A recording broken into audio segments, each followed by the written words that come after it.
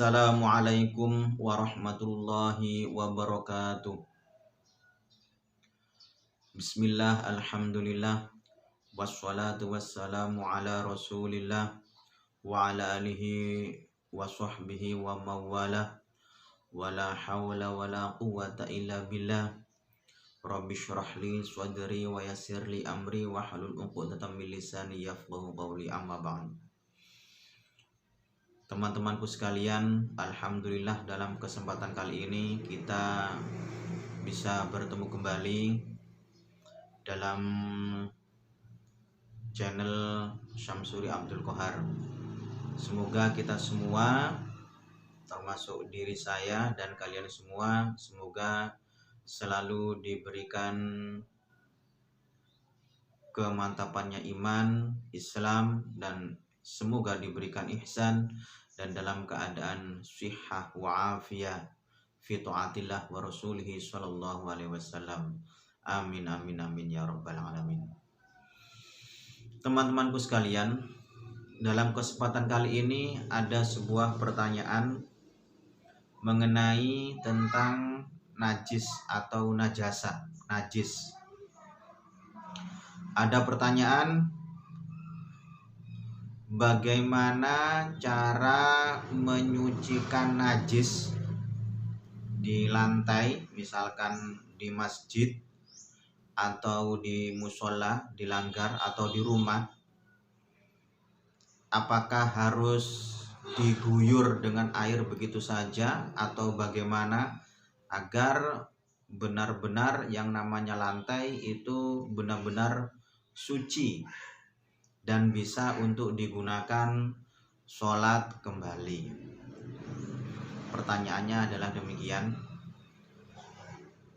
Teman-temanku sekalian, bahwa dalam najis itu ada dua pembagian najis, najasa. Yang pertama itu adalah najis ainiyah. Yang kedua adalah najis hukmiyah. Najis ainiyah itu adalah najis yang bisa dicerna oleh indera. Najis yang bisa dilihat atau dicerna oleh indera. Jadi bisa dilihat oleh mata, bisa dicium oleh hidung, bisa dirasa oleh lidah. Lah, jadi yang namanya najis ainiyah itu adalah najis yang bisa dicerna oleh indera, yaitu, saya ulangi lagi, bisa dilihat oleh mata, yaitu karena berupa ain, karena berupa barang, kelihatan, najisnya itu kelihatan. Kemudian najisnya itu berbau, nah, itu bisa dicerna oleh hidung, ya. Kemudian najisnya itu bisa dirasa, bisa dicerna atau bisa dirasakan oleh lidah.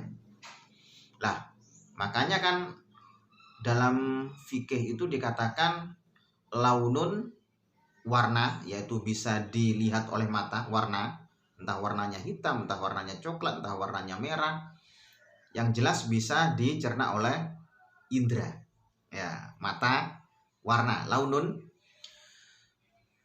tokmun, rasa, yaitu bisa dilihat atau bisa dirasakan oleh lidah, bisa dirasakan oleh lidah, tokmun. Kemudian rihun, berbau, ya, berbau. Lah, ketika najis itu bisa dicerna atau bisa dirasakan atau bisa dilihat oleh indera ketiga ini, maka najis tersebut ini dikatakan sebagai najis ainiyah. Sudah. Seperti misalkan kotorannya kambing, kotorannya sapi, kotorannya ayam, itu ketika misalkan ada di lantai bisa dilihat, atau tidak bisa dilihat, akan tapi bisa dirasa, dan juga baunya ada, walaupun permisi, walaupun tidak boleh untuk dirasa, ya tidak boleh untuk dirasa, karena kalau misalkan dirasa sama halnya dengan ya merasakan najis kalau begitu.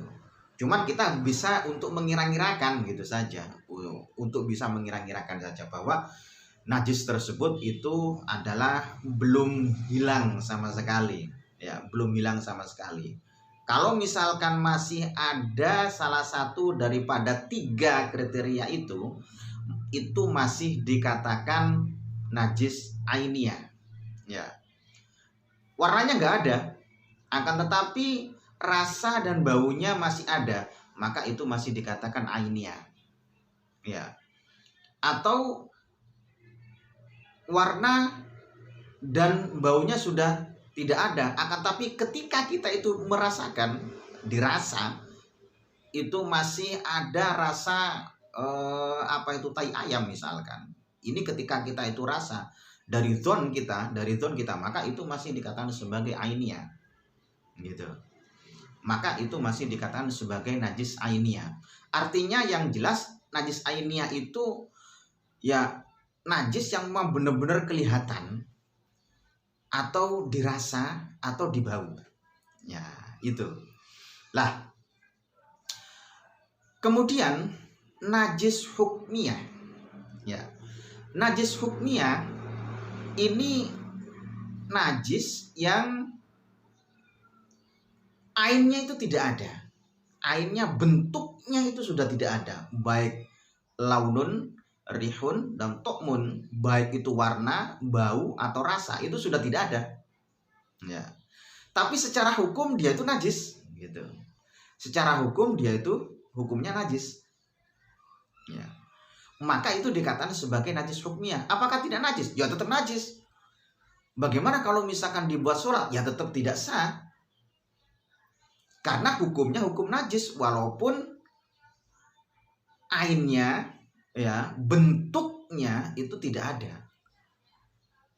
Akan tetapi hal demikian itu dikatakan sebagai najis hukmiyah. Bentuknya tidak ada, akan tetapi hukumnya itu adalah hukumnya najis, najasah. Sudah. Bagaimana kemudian cara untuk mensucikan? Lihat saja di kitab Al-Bajuri dan juga di kitab I'anatut Thalibin, ya, bab najis. Itu jelas di sana diterangkan tentang masalah definisi hal demikian itu. Kemudian bagaimana cara untuk mensucikannya? Teman-temanku sekalian, bahwa dalam ketika kita itu melihat najis, entah najisnya kencing, entah najisnya itu kotoran sapi, kotoran kambing, atau misalkan kotoran ayam yang ada di lantai misalkan, maka cara satu-satunya untuk agar mudah untuk mensucikan najis tersebut, maka najis ainiyah tersebut ini kita jadikan najis hukmiyah. Jadi najis ainiyah itu, najis yang ada bentuknya itu kita jadikan najis hukmiyah. Bagaimana caranya? Jadi misalkan ambil tisu atau misalkan ambil kertas, terserah mau tisu kering, mau tisu basah, mau kertas kering, mau kertas basah, terserah. Ya.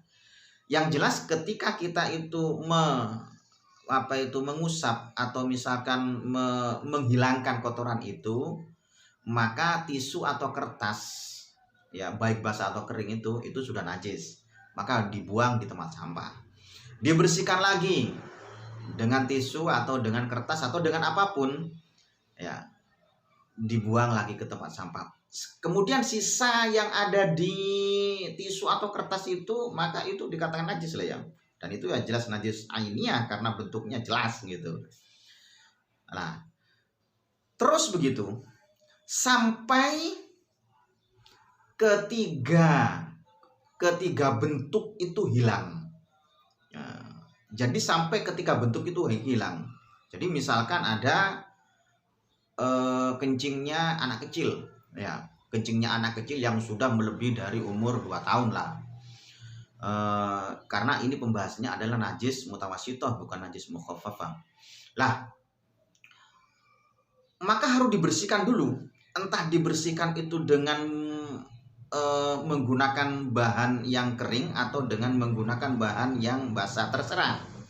Tapi yang jelas bentuknya dari 3 macam itu sudah harus diselesaikan dulu, yaitu warna, bau, dan rasa.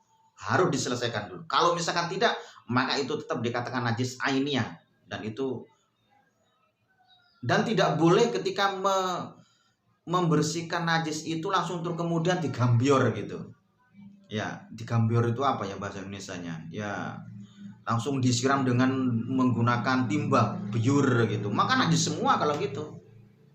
Apalagi misalkan di musola atau di langgar atau misalkan di masjid ada anak kecil terus kemudian kencing dan cara mensucikannya langsung digambior misalkan dengan air yang ada di timba, ya wis najis semua. Najis semua. Ya, najis semua. Maka caranya ketiga-tiganya itu harus diselesaikan. Harus dihilangkan. Yang mudah untuk menyelesaikan itu pertama itu memang dengan menggunakan tisu atau kertas. Itu paling mudah. Atau menggunakan gombal, ya, dengan menggunakan gombal atau apa ya, gombal itu bahasa Indonesianya. Dengan menggunakan kain, ya, dengan menggunakan kain, ya. Akan tetapi kain itu nanti, ya, kain itu kan juga bisa menyerap, sama juga dengan tisu bisa menyerap.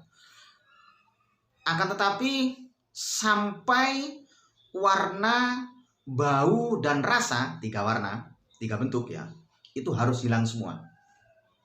Sekali lagi apa yang saya katakan bahwa tentang masalah rasa itu kita tidak boleh untuk menyicipinya, nggak boleh karena itu najis. Misalkan kencing terus kemudian dicicipi dulu gitu agar ini sebenarnya benar-benar hilang apa enggak rasanya, enggak, itu dikira-kirakan saja. Atau misalkan kotorannya ayam, ya, itu langsung dihilangkan saja, dan bekasnya tisu atau misalkan kertas atau misalkan kain itu jelas najis, dibuang di sampah, kemudian dibuang di sampah, terus dibuang di sampah. Kita jadikan hukmiyah, lantai itu kita jadikan hukmiyah gitu. Maksudnya bagaimana? Kita jadikan warna, rasa, dan bau itu tidak ada. Nah, begitu. Rasa, bau, dan warna itu hilang. Gitu. Bagaimana caranya? Jangan digambior dulu. Kalau misalkan digambior maka akan merata najis itu, maka akan sulit. Maka jangan digambior gitu. Lah, setelah hilang tiga bentuk tadi itu, warna, rasa, dan bau, ya, maka baru terus kemudian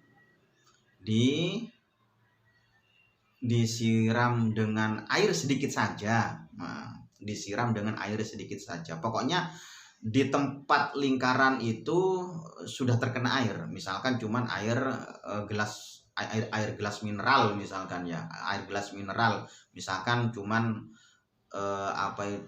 kotorannya ayam misalkan. Maka di sekitar itu dikasih air, ya, dengan segelas air itu, air mineral itu, seret gitu. Yang penting ya mengena terhadap seluruh yang terkena najis tadi itu, ya. Setelah kita jadikan hukmiyah, nah, setelah dituangkan air demikian itu sudah suci.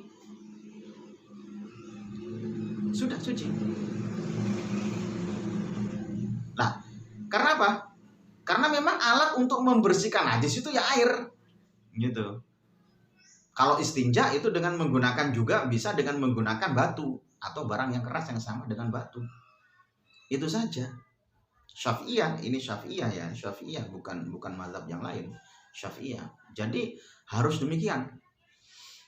Jadi maka setelah hilang 3 bentuk tadi itu, maka harus disiram dengan air atau dituangkan dengan air.